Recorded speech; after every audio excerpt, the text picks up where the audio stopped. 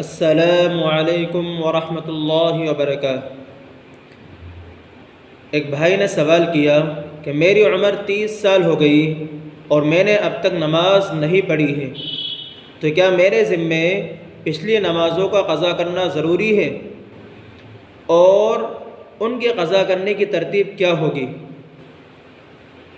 جواب یہ ہے کہ بالغ ہونے کے بعد سے لے کر اب تک جتنی نمازیں آپ کی قضا ہوئی ہیں تمام کو پڑھنا فرض ہے۔ اگر آپ نہیں پڑھتے ہیں تو گنہگار ہوں گے،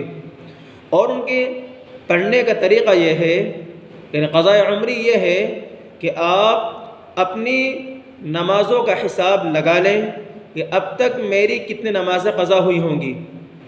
اور اندازہ لگا خوب غور کر لیں اس بارے میں، اور اس کو کاپی پر لکھ لیں، اور روزانہ کچھ نہ کچھ نماز نیت کر کے متعین کر کے پڑھتے رہیں، اور جب آپ کو اندازہ ہو جائے کہ میری اب پوری نماز مکمل ہو گئی ہے تو اب آپ کے ذمے سے جو فریضہ تھا فریضہ ساقط ہو جائے گا اور آپ بری ہو جائیں گے۔ اور بہتر طریقہ علماء نے یہ بیان فرمایا ہے کہ آپ جتنی نمازیں آپ کی چھوٹی ہیں، آپ روزانہ 5 مرتبہ نماز پڑھتے ہیں، ہر نماز میں ایک نماز کی قضا کر لیں۔ مثلا آپ فجر کی نماز پڑھ رہے ہیں تو فجر میں 2 رکعات جو قضا نماز آپ کی ہوئی ہے اس کی بھی نیت کر کے 2 رکعات پڑھ لیں، اور یہ نیت کریں گے کہ میرے ذمے قضا نمازوں میں سے